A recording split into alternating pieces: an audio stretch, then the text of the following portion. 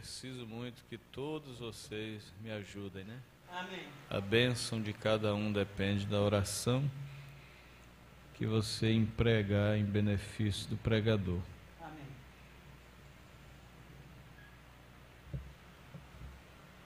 Eu estava lendo ontem algo e quando fui informado de que estaria pregando esta noite, eu lembrei da mensagem que estava lendo, né? Então nós vamos ler São João 6, do 61 ao 68. Sabendo, pois, Jesus em si mesmo que os seus discípulos murmuravam disto, disse-lhes: isto escandaliza-vos? Que seria, pois, se visseis subir o Filho do Homem para onde primeiro estava? O Espírito é o que vivifica, a carne para nada aproveita. As palavras que eu vos disse são Espírito e vida. Mas há alguns de vós que não creem. Porque bem sabia Jesus desde o princípio quem eram os que não criam. E quem era os que o havia de entregar. E dizia: por isso eu vos disse que ninguém pode vir a mim, se por meu Pai lhe não for concedido. Desde então, muitos dos seus discípulos tornaram para trás e já não andavam com ele. Então disse Jesus aos 12: quereis vós também retirar-vos? Respondeu-lhe, pois, Simão Pedro: Senhor, para quem iremos nós? Tu tens as palavras da vida eterna. Amém. Grande Deus, que o Senhor possa, Pai eterno, tomar este pequeno texto e fazer dele uma poderosa mensagem para o teu povo, em nome de Jesus Cristo. Amém. Podem assentar.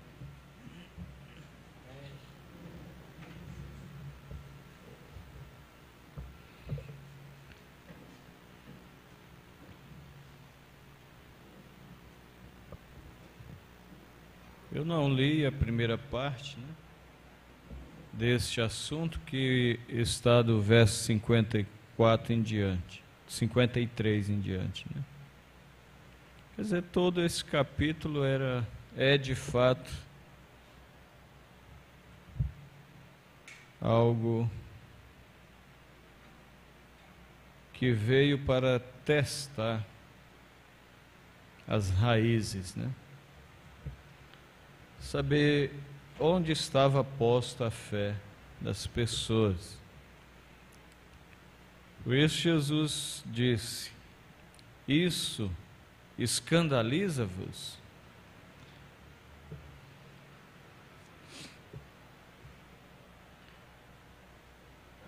Isso escandaliza-vos? Romanos 9, 33, Paulo disse, se referindo à Escritura, né?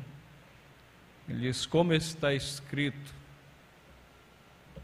eis que eu ponho em Sião uma pedra de tropeço e uma rocha de escândalo.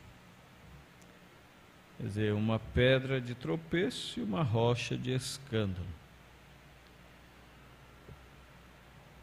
E pelas Escrituras, pelo conhecimento que a gente tem das Escrituras, nunca houve ninguém que gerasse tanto motivo para tropeço e escândalo do que o próprio Jesus. Entendam. Entendam a Escritura. São Mateus 18:7 disse: ai do mundo por causa dos escândalos. Porque é mister que venham os escândalos, mas ai daqueles por quem vierem os escândalos. Então o escândalo não veio por Jesus, mas a própria vida dele levou as pessoas a se escandalizarem. Tinha ele um ministério a cumprir? E o ministério dele não podia se atrelar a nenhum sistema religioso, porque assim ele teria que viver conforme aquele sistema religioso. E ele, sendo a palavra, não encaixaria em nenhum sistema religioso do seu dia e nem dos nossos dias também. Por isso que a mensagem que nós cremos hoje é uma pedra de tropeço e é uma rocha de escândalo. É verdade. Porque ela não se enquadra com o pensamento de nenhum sistema religioso. Mas você ouviu Jesus dizendo que ele bem sabia quem eram os que não creriam, né? Desde o princípio. Então Deus não lança a sua palavra ao vento, não. Ele envia a sua palavra para encontrar com corações que ele viu que creriam nele. Amém. Que aceitariam a sua palavra. É verdade. Ou pensa você que quando Lutero se levantou com as teses, as 99 teses, não gerou um motivo para escândalo? Olha, gente, eu estou baseado aqui na mensagem O Desvelar de Deus. Talvez seja uma das mensagens que o profeta deixou mais claro a deidade de Jesus Cristo, né? Mensagem O Desvelar de Deus. Mas o escândalo sempre é gerado por conta das pessoas tentarem receber a Deus através do intelecto, através de uma fé mental. A fé mental não alcança a real verdade da palavra de Deus. Porque imagina você, quando Deus disse a Moisés para construir o tabernáculo, a Bíblia diz que Moisés fez conforme ele viu no céu. Não é assim? É Êxodo, capítulo 25. Mas antes de Deus ordenar a construção do tabernáculo, ele havia dito em Êxodo 20, no verso 4, para o próprio Moisés, que Moisés não, ele disse assim: não farás para ti imagem de escultura, nem alguma semelhança de cima dos céus, nem embaixo na terra, nem debaixo das águas da terra. Então Deus absolutamente disse para Moisés que não se deveria fazer nenhum tipo de imagem. Não terás outros deuses diante de mim. Êxodo 20, versículo 3. Mas o mesmo Deus que disse isso para Moisés, foi o mesmo Deus que disse para Moisés, na construção do tabernáculo, em Êxodo 25, do verso 18, Deus disse para Moisés, farás 2 querubins. Quer dizer, um da banda, da extremidade do tabernáculo, e outro da outra extremidade. Êxodo 25, versículo 18.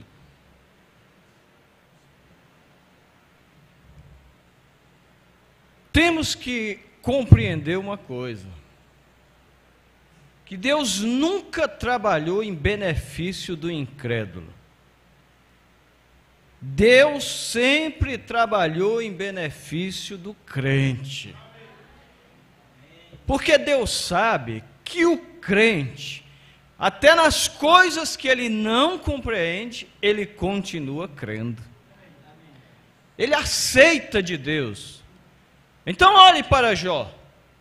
Veja a dificuldade em que Jó entrou e chegar no ponto da pessoa que ele deveria encontrar o maior apoio, dizer para ele: amaldiçoa teu Deus e morre.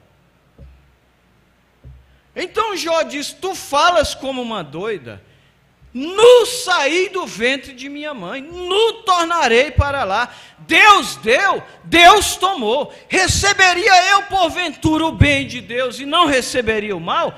Ele sabia que tudo que vem de Deus é para benefício do crente. O crente sempre receberá de Deus.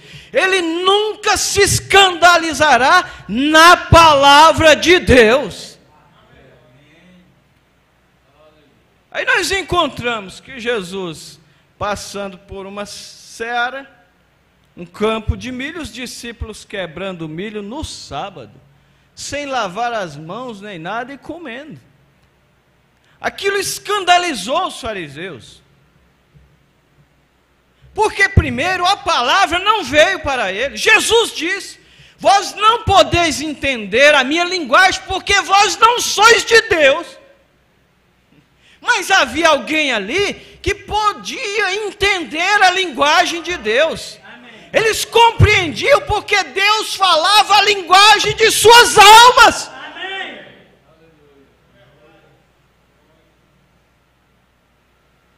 E no que eles não conseguiam entender, eu acredito que eles colocavam o queixo entre os joelhos e iam pensar naquilo e pedir a Deus graça. Porque a única coisa que o cristão, o crente na palavra quer, é agradar a Deus.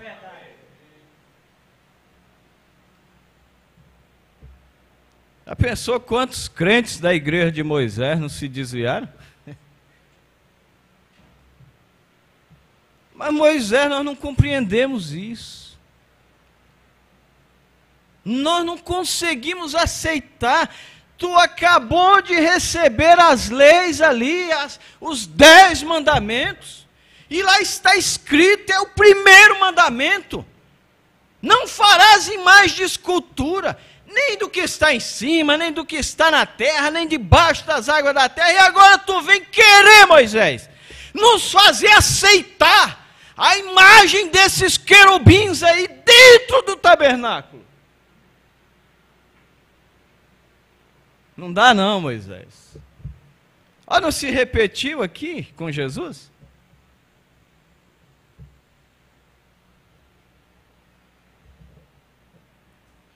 Jesus disse: bem-aventurado aquele que não se escandaliza em mim. Bem-aventurado aquele que não se escandaliza em mim. Eu me recordo do meu batismo. Quando terminou o meu batismo, uma senhora desceu as águas correndo, dizendo: eu quero ser batizada também. E o pastor assustou e disse: você tem certeza? Eu disse: não, eu tenho certeza, isso aí é a verdade. Eu disse: é sua confissão. Batizou a senhora. Passou um tempo, ela se escandalizou porque ela viu uma cruz aqui, ó, na frente do nosso púlpito. Eu não consigo entender por que tem essa cruz ali. Eu não dou conta de aceitar. Ela dizia assim: toda vez que eu entro, que eu vejo aquilo, isso me desmonta. E eu entrava normalmente. Aquilo nunca me escandalizou. Aquilo não escandalizava o restante. Nada escandaliza o eleito. E ela dizia: a cruz é do catolicismo. E isso nunca foi a verdade. Desde quando a cruz é símbolo do catolicismo? A cruz é símbolo do cristianismo. Amém. Todo cristão sabe que foi na cruz do Calvário que ele pagou o preço da nossa redenção. Amém. Como está escrito: maldito todo aquele que for pendurado no madeiro, e ele se fez maldito por nós. Amém. Não, o cristão não se escandaliza. A palavra sempre será a palavra para ele. Agora, Deus tem um porquê de fazer as coisas. Gente, nós estamos no momento que nós dizemos assim: Deus está passando a peneira. É verdade isso. Nós estamos no topo da pirâmide. Vocês sabem. Então Deus tem que fazer algo para deixar aqui dentro só o eleito.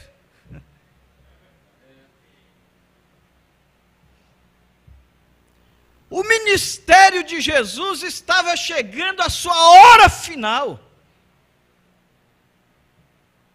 E não haveria de ficar na igreja de Jesus nenhum incrédulo. Então ele disse: isso vos escandaliza? Oh, nessa hora o predestinado baixa a cabeça e ele só diz assim: Senhor, não me deixa perder isso. Não me deixar isso escapar entre os dedos. Eu não posso perder o meu arrebatamento por nada. Eu preciso olhar de olhos fitos no movimento de Deus esta hora.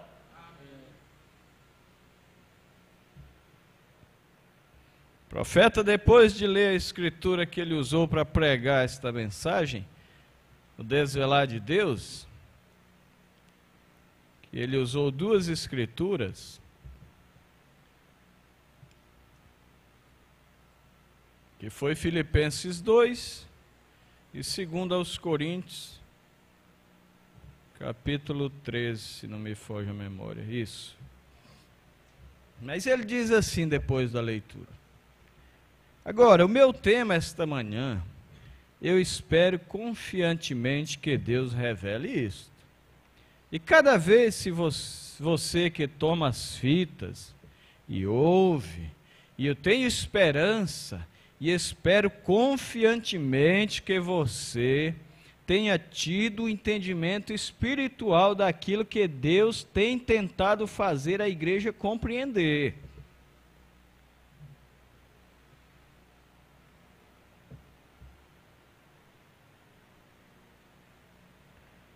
Sem dizê-lo diretamente. Quer dizer, Deus tenta fazer a igreja compreender sem dizer diretamente.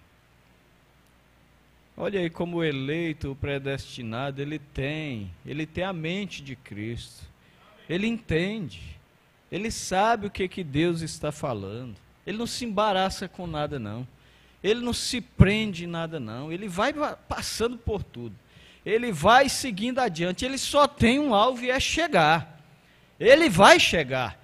Ele sabe o caminho. Jesus disse que o eleito sabe o caminho. Amém. É verdade isso ou não é? São João 14, 5. Vós bem sabeis para onde eu vou e conheceis o caminho. Nós conhecemos o caminho. Nós sabemos por onde nós temos que passar para chegar ao nosso arrebatamento.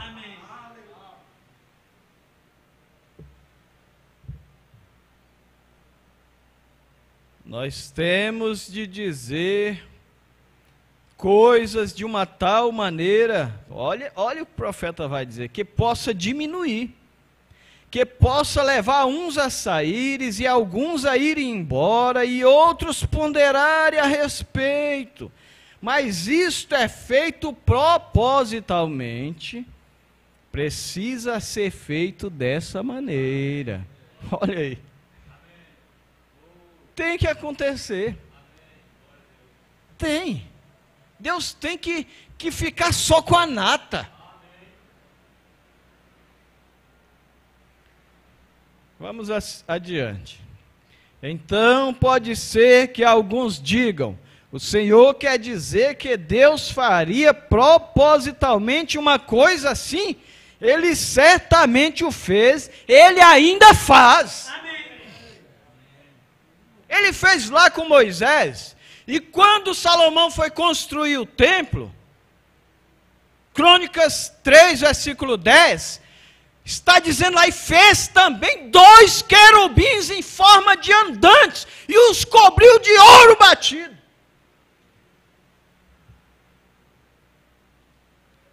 É Deus passando a peneira.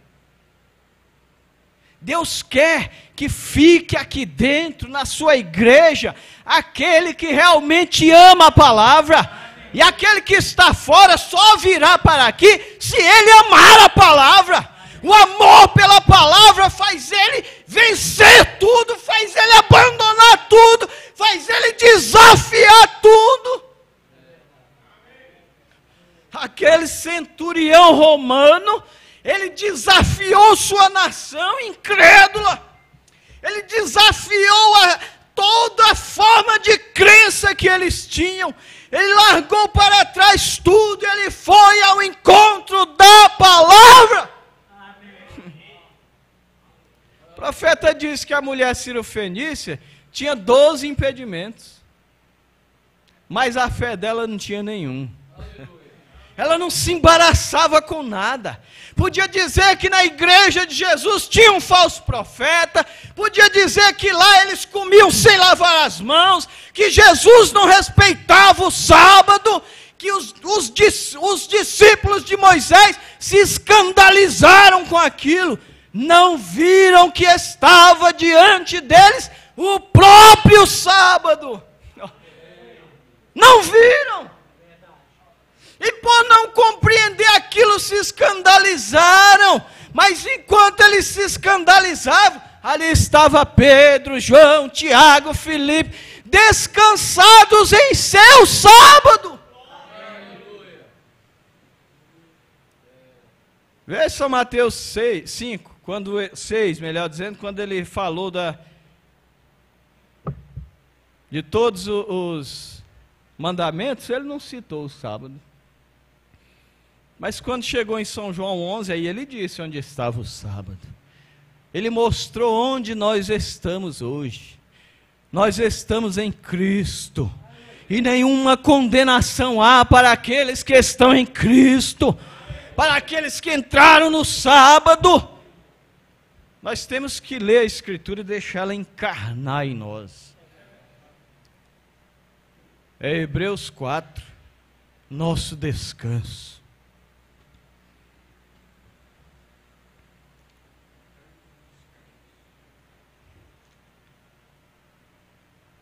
Ele disse um dia, quando ele tinha milhares em volta dele, ele disse, se não comerdes a carne do Filho do Homem, ou do Filho de Deus, ou do Filho do Homem, e não beberdes o seu sangue, não tereis nenhuma vida em vós mesmos.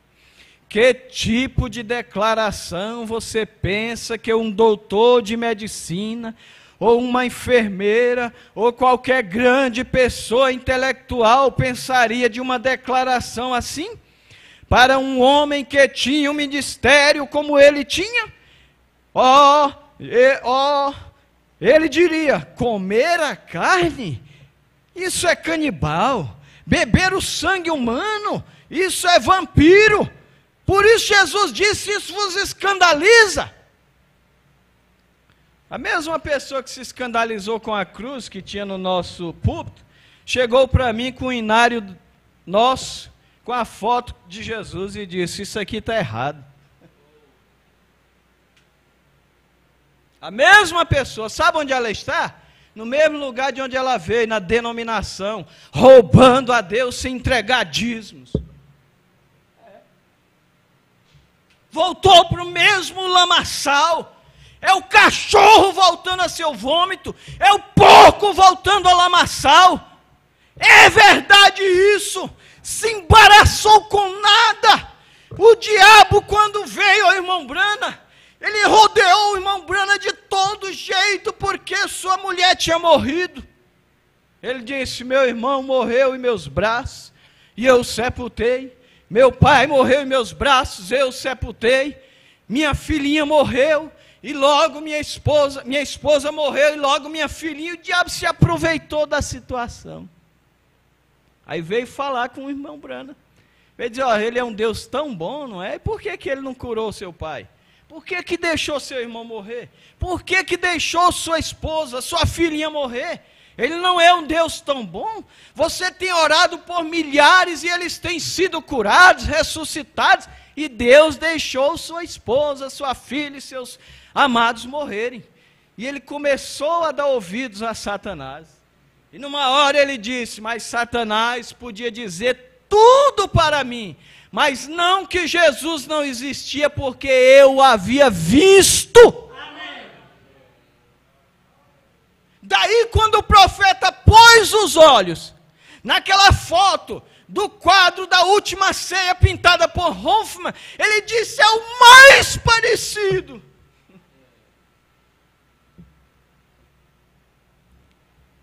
Ele disse: nunca houve um tão parecido. Mas aquela irmã pegou o Inário e disse: não dá para me entender isso. Aí Jesus diz: isso te escandaliza?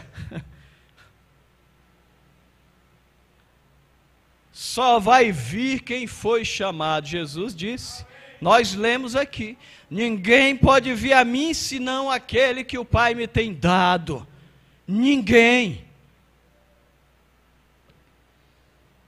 Vamos lá, porque aqui tem essas classes na mensagem, o profeta está dizendo. Veja bem, e ele quer que nós sejamos canibais e vampiros, foi o que eles disseram. E toda a audiência o deixou. Eram multidões que o seguiam. Você sabe que é verdade. Ele alimentou 5.000 de uma vez. Por quê? Porque tinham multidões que o seguiam. A multidão o deixou. Olha o ministério de Jesus. E havia uma associação ministerial com ele. Haviam vários ministros que ele mesmo havia comissionado. Eram 70. Que havia sido escolhidos. E ele virou-se para eles, aí ele disse: agora eu vou testar mais um pouquinho, a igreja ainda está grande, ainda está demais. É São Mateus 11:25, graças te dou, ó Pai, Senhor dos céus e da terra, que ocultaste essas coisas aos sábios, e entendido e revelaste aos pequeninos. Sim, ó Pai, porque assim te aprove.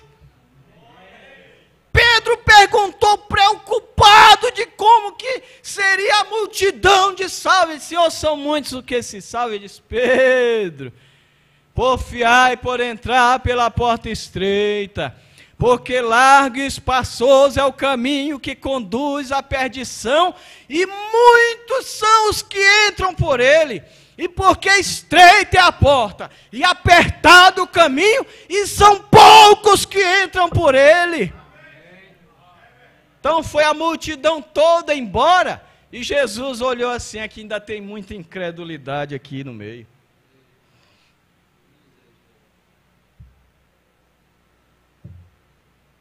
Eu vou já fazer um ribuliço aqui. Você pensa que não tem essa expressão na Bíblia? Tem, a Bíblia diz que Jesus fez um rebuliço. Jesus pensou, eu vou já fazer um rebuliço aqui, porque ainda tem muita gente que não crê. Aqui dentro ainda tem incrédulo, ainda tem manufaturado, e eu só quero aquele que é eleito, predestinado. Aquele que não importa, se a palavra manda subir, ele sobe, se ela manda descer, ele desce. A palavra mandou Isaías andar nu no meio de Israel, e Isaías andou nu.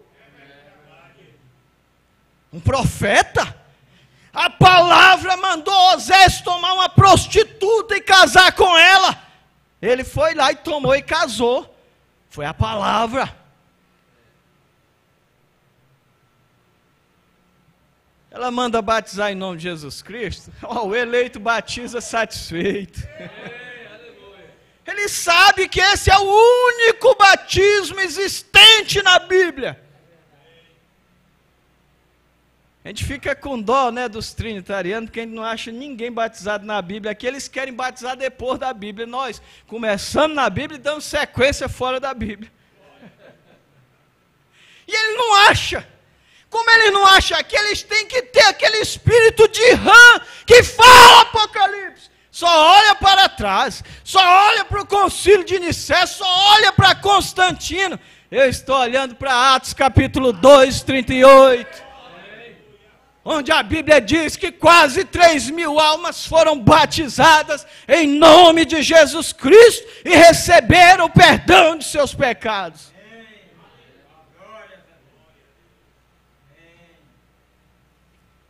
Mas saiu um bocado de gente de lá escandalizado.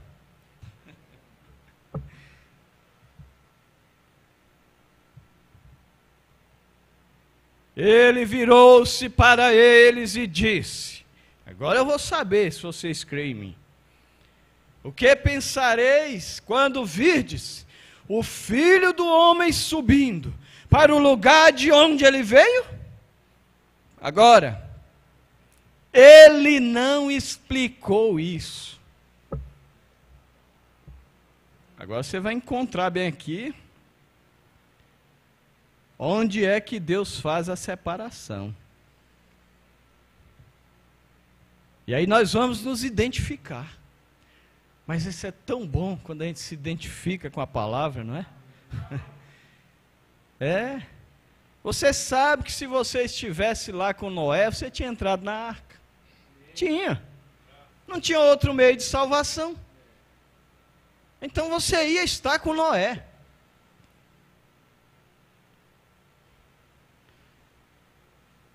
Ele nunca explicou como. Paulo explicou isso mais tarde. Ele simplesmente o disse, estão vendo? E então, quando isto, ele disse: o que direis a estes ministros, quando vides o Filho do Homem subindo para o lugar de onde ele veio? Sem dúvida alguma, aqueles homens disseram: agora, só um momento, nós comemos com ele, nós pescamos com ele, nós dormimos com ele, nós sabemos onde ele nasceu, nós vimos o berço em que ele foi embalado, nós sabemos tudo a respeito dele. Como é agora que ele vai dizer que vai subir para de onde ele desceu?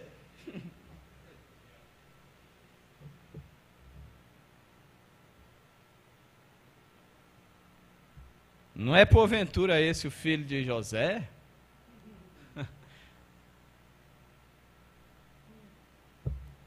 E como este homem, duro é este discurso. Duro, gente, tem coisa na palavra que só suporta quem é realmente crente. Porque ele não se move da sua fé. Ele não se levanta da sua posição. Ele fica parado ali. Como disse o profeta: ainda que ele me mate, eu continuarei amando ele. Amém. O profeta disse: se ele me mandar o inferno, de lá mesmo eu continuarei amando. Está seguro. O irmão Branham disse, se 2 milhões de pessoas que creram na palavra voltassem e dissessem para mim, irmão Branham, não confie nele, nós confiamos e falhamos. Ele disse, deixe-me morrer nele, deixe-me partir confiando nele. O cristão não se move da sua posição.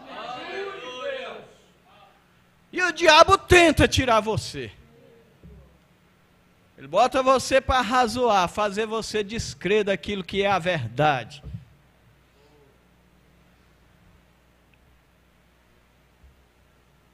E a Bíblia disse, então eles não andaram mais com ele.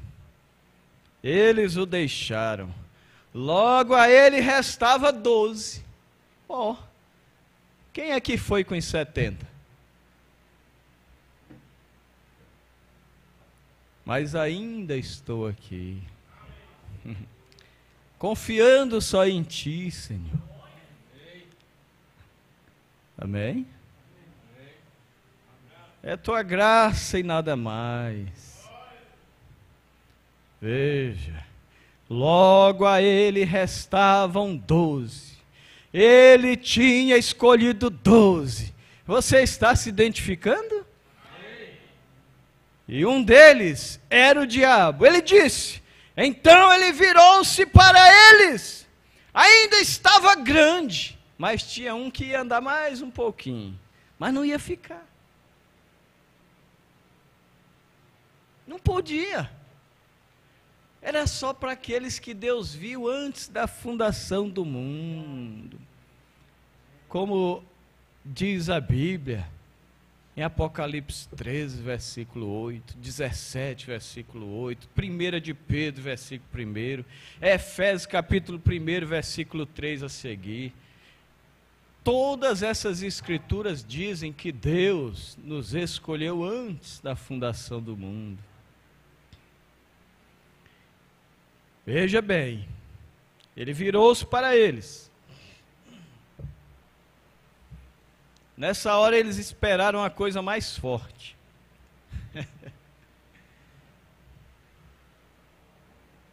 Agora vai vir a coisa mais forte. Ele agora ia testar o milindro. Onde é que estava o crente milindroso? Que se doía quando o pastor pregava, tirando o pecado. E não havia ninguém que pudesse explicar o que ele acabara de dizer. Agora você imagina Pedro olhar para João, João olhar para Pedro, para Tiago, para Judas, para esse, para aquele, para mais aquele, todos do mesmo jeito. E aí? E aí? Ninguém sabia explicar.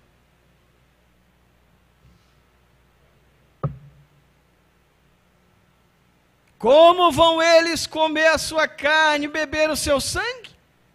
Tu pode me explicar isso aí, João? Isso aí não dá não. Essa hermenêutica aí, né? Vai além do...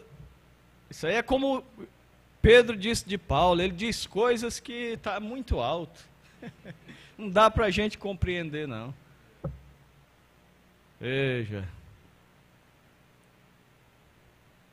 E como ele desceu? Quando ele nasceu bem aqui na terra. Ele nasceu bem aqui. Nós ouvimos os magos falarem, visitá-lo. Os pastores disseram que viram aquilo. E agora ele vai dizer, não dá, não consigo, não dá, não tem como explicar.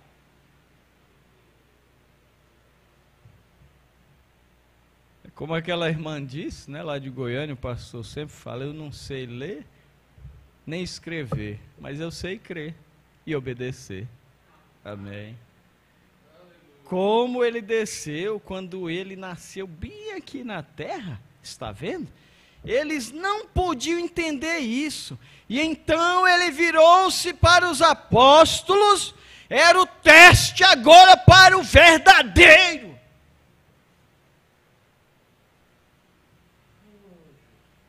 Não estranheis a ardente prova que vem sobre vós, principalmente nesta hora, de Deus deixar os seus melhores amigos se voltarem contra você, de Deus colocar Satanás encarnado em sua esposa, encarnado em seu marido, para fazer você deixar a palavra.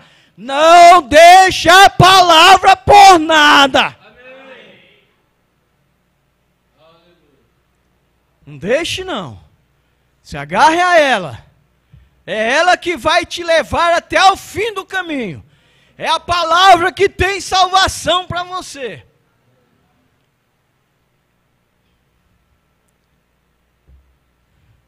Quereis vós ir também? É aí que o apóstolo Pedro fez aquela grande declaração. Para quem iríamos nós? Para que lugar, gente? Eu estava há uns 2 anos atrás, 3 anos atrás, encostado no muro lá de fora da igreja de São Gonçalo, e o pastor Joaquim pregando, e eu disse para o irmão Reinaldo, para onde mesmo? Se esta mensagem não tiver a verdade da Bíblia, para onde nós vamos correr? Me mostra onde é que estão pregando da maneira que o profeta desta era pregou. E ainda tem Nicodemos que não consegue vencer o clérigo, não consegue vencer a razão para seguir a Jesus. Tem. Vai lá de noite, se anima com a mensagem, se alegra quando ouve, tem prazer de assistir às reuniões, mas vai escondido, não consegue vencer. É como disse o profeta a respeito de Esaú, é o crente carnal incapaz de vencer. Esse não é o eleito, não é. O eleito faz como a rainha de Sabá, e Jesus disse que ela condenaria essa geração. Ela saiu dos confins da terra e foi onde estava a palavra. Olha quanta crítica ela sofreu. Né? Teve a irmã, eu ouvi o testemunho de uma irmã que disse que o marido dela disse se ela fosse servir esta mensagem, quando ela voltasse, as roupas dela estavam lá na rua, dentro de uma mala. E ela foi. Quando ela chegou, ele estava sentado calminho, quietinho. É aquele leão lá que era para matar Daniel, virou um gatinho.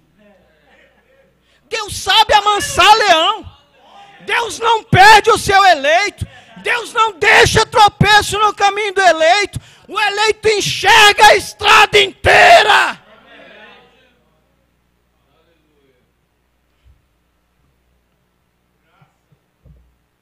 Depois ele foi ser diácono na igreja. Foi lá no Rio Grande do Norte. Tenho a impressão que foi para lá. Tem um irmão nosso, eu estou encerrando, gostava de orar tarde da noite, e a mãe dele às vezes entrava e se irritava de ver ele até 2, 3 da manhã de joelho orando. Aí um dia ela se incomodou tanto que ela disse para ele, meu filho, agora é o seguinte, ou você larga isso aí, ou pode sair de casa. E ela saiu do quarto dele. E ele começou a pôr a roupa dentro da mala. Não é isso? O que é maior do que a nossa salvação? O que pode se comparar à nossa salvação? Quando ela voltou, ele estava com a roupa quase tudo dentro da mala. Meu filho, você vai para onde? Eu disse, eu vou embora, a senhora não disse? A senhora acha que eu vou perder minha salvação por sua causa? Eu vou continuar sendo seu filho, mas seu filho salvo. Mas perder? Não, na mesma hora, oh meu filho, não faz isso, ai, não faz. Deus amansa, Deus tem uma maneira, não se preocupa não, faz o que o salmista Davi disse, entrega o teu caminho ao Senhor, confia nele e ele tudo fará. Deleita-te também no Senhor e Ele concederá o que deseja o teu coração. Deixa eu terminar aqui com a leitura. Para quem iremos nós? Está vendo? Pois nós estamos satisfeitos.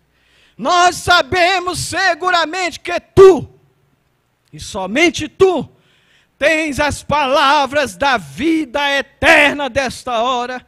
Está vendo? E nós estamos satisfeitos. Veja, eles não podiam explicar. Não se pode explicar a fé. Não pode. Vai explicar Jefté matar sua filha pela fé, porque Deus mandou? Ele fez um voto? Vai explicar Deus e sacrificar Isaac porque Deus pediu? É fé. Abraão viu Isaac ressuscitado. Ele viu. Nós temos que aprender a ver o resultado. Não é o obstáculo que vem diante de nós, não é aquilo que Deus pede de nós para fazer, é ver o resultado da nossa fé. Deus quer ver a reação da nossa fé. Quando Ele colocou os discípulos em teste, a razão deixou de existir e eles agiram pela fé. Não dá, Senhor, nós não podemos deixar essa congregação. Nós só ouvimos as palavras de vida eterna aqui. Para onde é que nós vamos? Nós somos pomba, não dá para sentar no meio de urubu. Não dá. É coisa boa, né? O profeta diz na mensagem: não te estribes no teu próprio entendimento, que a fé não raciocina. Ela não raciocina. Ela só crê, aceita, age em cima daquilo que Deus falou. Veja, não se pode explicar a fé. É algo que se crê e ela é tão sólida que não há nada mais que tome o lugar dela. Nada toma o lugar da sua fé na palavra de Deus. Amém. E o que é que te mantém aqui? Essa segurança de que não há o que você ouve em outro lugar. Há? Por onde nós já passamos, nós não encontramos. Então nós estamos satisfeitos, seguros, firmes, convictos. É daqui para o arrebatamento. Deus os abençoe.